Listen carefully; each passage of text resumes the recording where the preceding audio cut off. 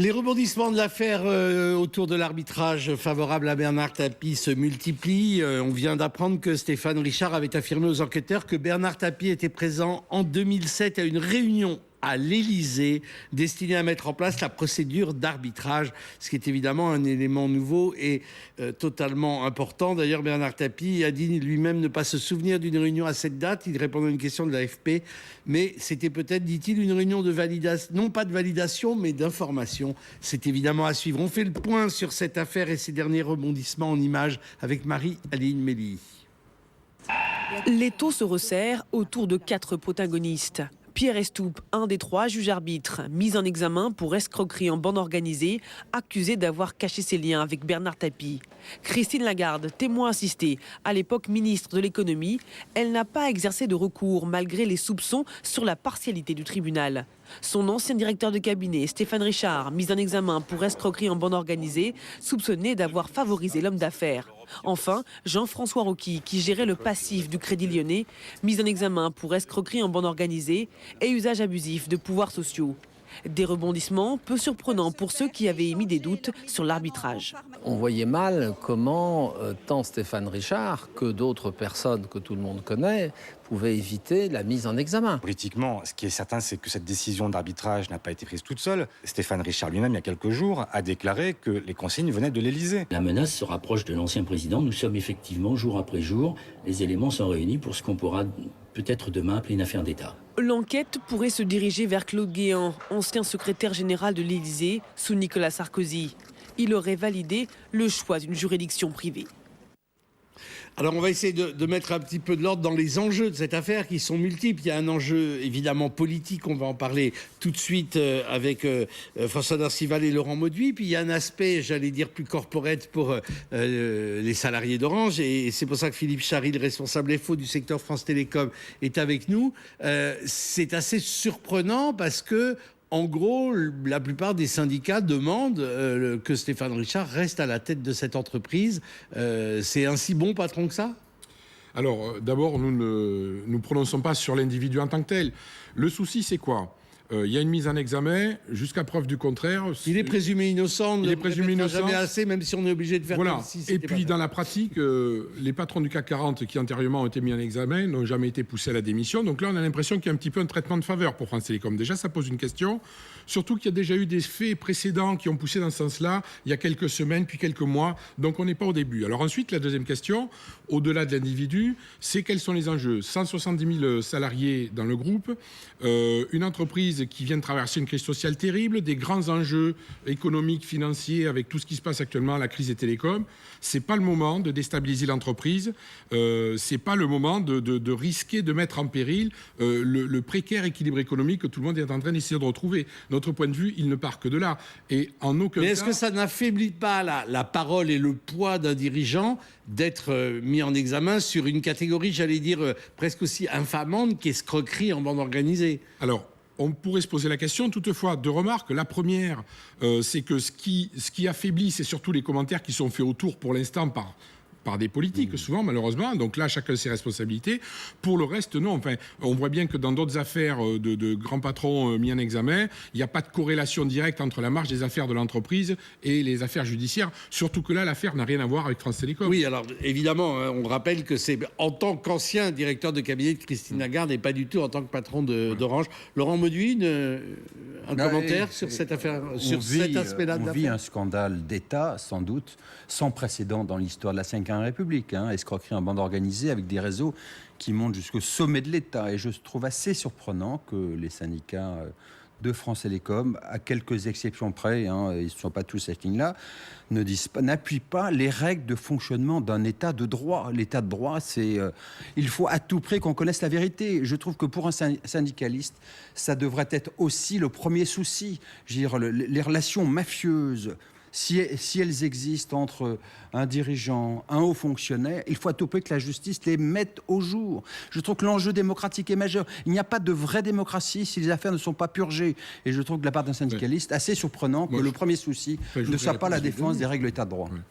Si je peux répondre en quelques mots. Bien sûr. Bon, d'une part, nous, sur le fond de l'affaire, on ne se prononce pas. Bien sûr, on est pour que la justice fasse son travail, jusqu'au bout s'il y a besoin d'aller au bout de l'affaire. Ça, il n'y a aucun doute là-dessus. Mais la question, c'est quand même le côté de deux poids, deux mesures. Il me semble qu'il y a un ancien grand patron de France Télécom qui, aujourd'hui, est mis en cause et a mis en examen pour quelque chose de beaucoup plus grave, puisqu'il ne s'agit pas d'argent, il s'agit de vie humaine.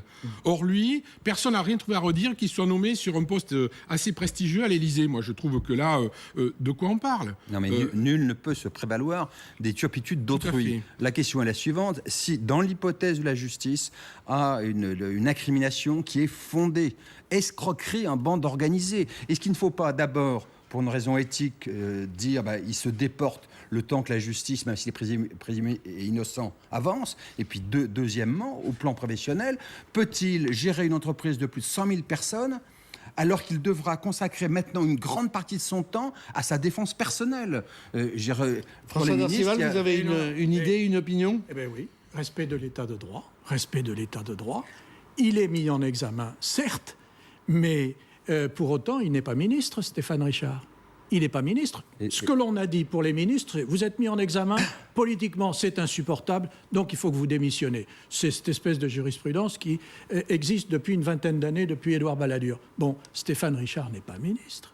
Et vous supposez déjà sa condamnation, et par conséquent le fait que le conseil d'administration qui va se réunir la semaine prochaine, dont 3 administrateurs d'État, vont lui demander de démissionner. Mais ce n'est pas notre rôle.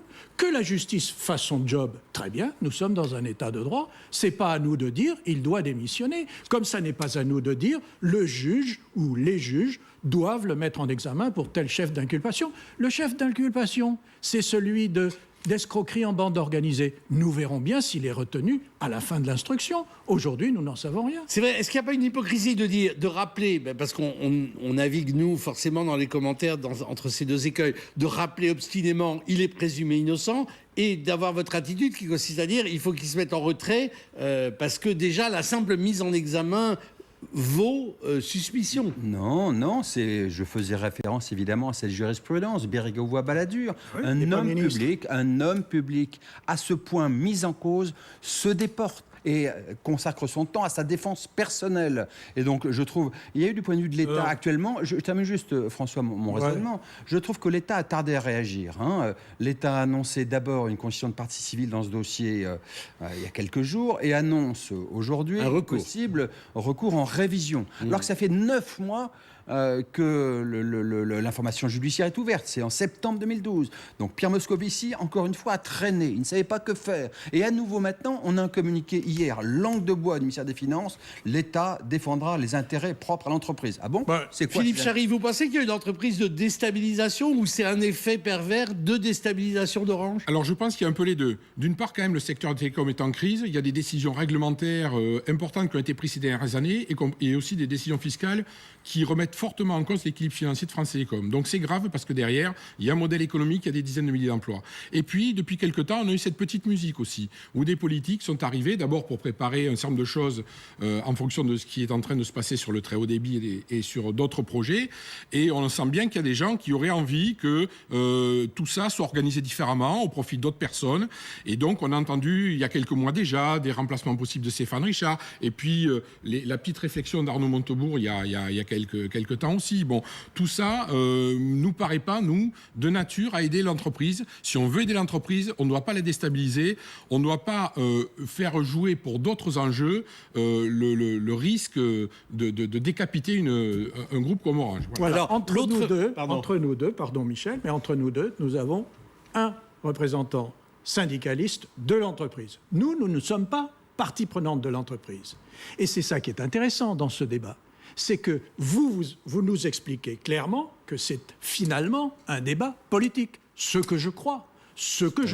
Non, et d'une certaine manière, Laurent, vous lui donnez raison. France Télécom défend une autre position. C'est une affaire tellement politique qu'il doit se retirer. S'il se retire, Pendant combien de temps? Vous dites 9 mois pour le début d'une instruction. Alors, il va se retirer et il reviendra dans 2 ans, dans 3 ans, dans 4 ans. C'est absurde, vous le savez bien. En tout cas, Jean-François Requi vient de démissionner, lui, du bureau de recherche géologique et minière dont il présidait, organisme où il avait été nommé comme président en 2009. Organisme public. Organisme. Oui, enfin, France Télécom, l'État à 27%, c'est le principal 27%, actionnaire. Donc c'est lui qui donnera l'orientation. Rien à voir. Je vous propose d'écouter Fleur Pellerin, car la ministre n'y est pas allée avec, comme on le dit familièrement, le dos de la cuillère. Je crois que toutes les décisions qui seront prises dans les jours qui viennent devront être prises dans l'intérêt de l'entreprise uniquement. De quelle décision s'agit-il? Pouvez-vous être plus précise? Mais on parle clair? La décision de clair, bien savoir entendu. si Stéphane Richard peut se maintenir à la tête d'Orange? Absolument. La question est posée? Mais la question est posée et je pense que c'est la question à laquelle devra répondre le conseil d'administration qui se réunira de manière extraordinaire dans les jours prochains. Il faut prendre une décision en respectant bien entendu la présomption d'innocence qui est non négociable, mais il faut prendre aussi les intérêts de l'entreprise en compte.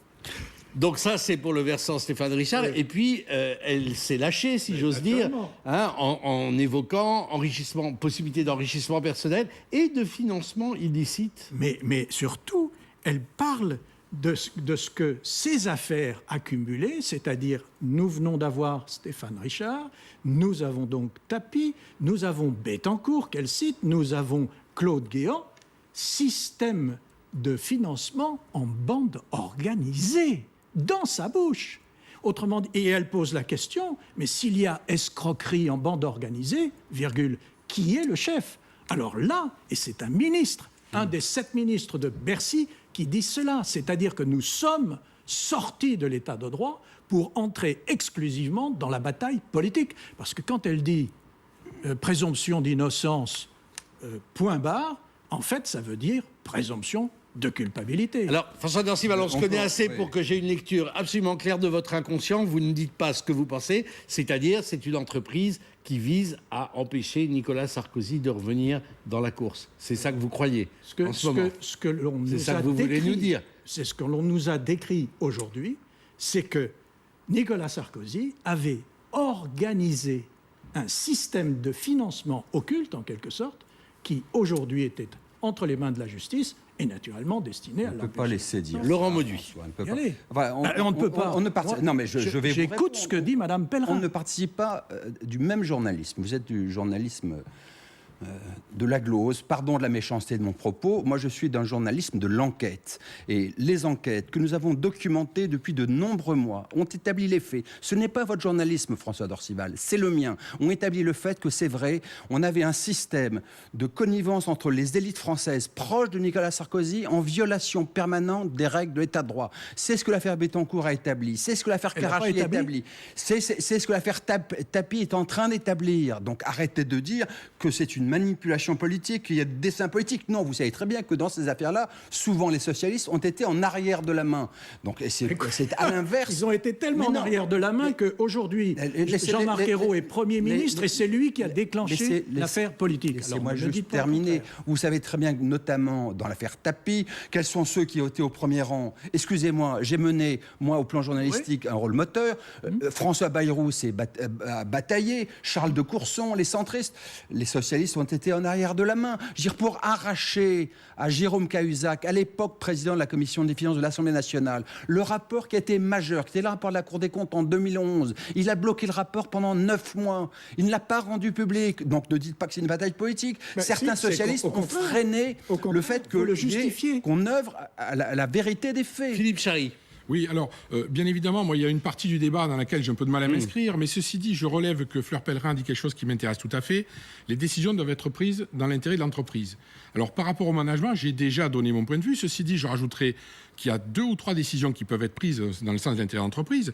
On vit une crise sans précédent depuis l'introduction du 4e opérateur mobile. Première décision, le gouvernement pour arrêter la guerre des prix qui a déjà détruit plus de 30 000 emplois en France dans le secteur des télécoms depuis 1 an et demi. Deuxièmement, le gouvernement pourrait aussi revoir la copie concernant la feuille de route très haut débit qui va balkaniser le déploiement du très haut débit et certainement créer un déséquilibre économique important chez les opérateurs et à mon avis sera très inefficace pour déployer. Derrière, il y a encore une fois des enjeux d'emploi et nous tenons, nous, Force ouvrière, demain une table ronde, demain 14 juin notre confédération avec un certain nombre d'acteurs majeurs du secteur, en particulier en représentant justement de Fleur Pellerin et de l'entreprise et d'autres acteurs pour débattre de tout ça. Et je pense que le vrai sujet, il est là aujourd'hui. La date du conseil d'administration d'Orange n'est toujours pas fixée. D'ailleurs, elle doit être fixée par Stéphane Richard lui-même, qui est une sorte de paradoxe, mais c'est le fonctionnement de l'entreprise. Mais complot contre Sarkozy, en gros, c'est à ça que vous pensez? Non, mais je reproduis en l'expliquant le propos de Madame Pellerin. Je n'étais pas derrière elle. On l'a vu à l'écran, on a entendu ses propos, et elle vous dit il y a un système de financement en bande organisée. En bande organisée. De la part d'un ministre, c'est quand même une phrase fantastique que de se livrer à cette attaque politique. Laurent Bauduit, ce sera le mot de la fin. Ce que l'on vit en ce moment, c'est une sorte d'opération manipulée. La justice, sur beaucoup d'affaires, avance, alors qu'avant, sous l'ancien quinquennat, elle ne pouvait pas avancer. Donc fixez-vous sur la chose importante, qui n'a pas le buzz politique parisien, sur le fait que la justice met au jour des affaires fondamentalement inquiétantes du point de vue des dysfonctionnements de la démocratie. Pour le moment, j'ai le regret de de dire qu'elle ne les a pas mis au jour.